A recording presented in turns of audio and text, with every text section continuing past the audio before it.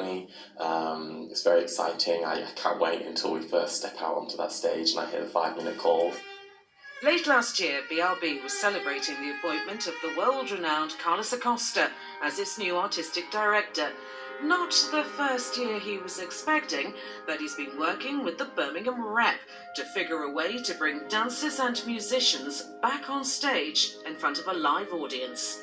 Carlos and I started having these discussions about what we might do together and how we might work to, create work in Birmingham. And really it's about trying to focus on Birmingham as a sort of centre of cultural and artistic excellence. The new ballet Lazuli Sky is part of a triple bill and will even boast socially distanced costumes. We've just seen the drawings that are incredibly beautiful and look like something that a high fashion designer would draw. But the closest I can describe them is they seem to be like angular crinolines. The Rep normally seats 1,000. There are 200 tickets for sale for each of the 4 planned performances as the two companies make history, with BRB dancing at the Rep for the very first time. Lindsay Doyle, BBC Midlands Today in Birmingham.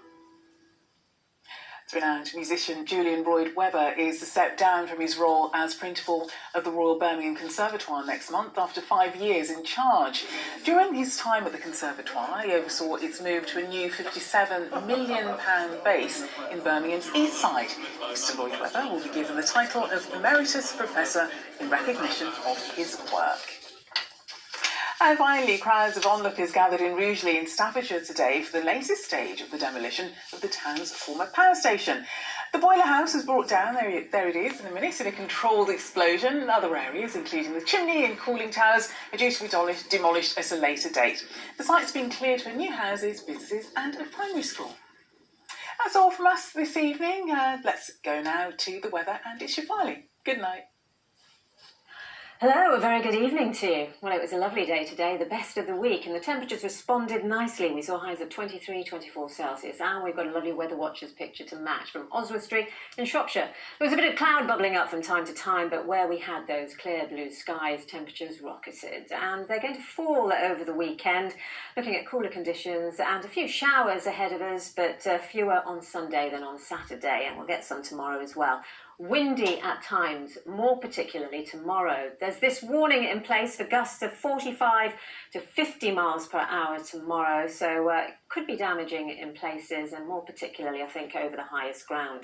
But we'll start to see those winds picking up through tonight. We had quite breezy conditions today, and we'll see some showers rattling through. Some of those could be on the heavy, thundery side, but dry conditions in between, and lows of 14 to 16 Celsius. Then tomorrow, we'll see those temperatures rising to 22, so it's still reasonably warm, but we'll see a few more of those showers rattling through during the morning, some sunnier spells and dry conditions by the afternoon. The national forecast is next. I'll leave you now with the outlook for the next few days.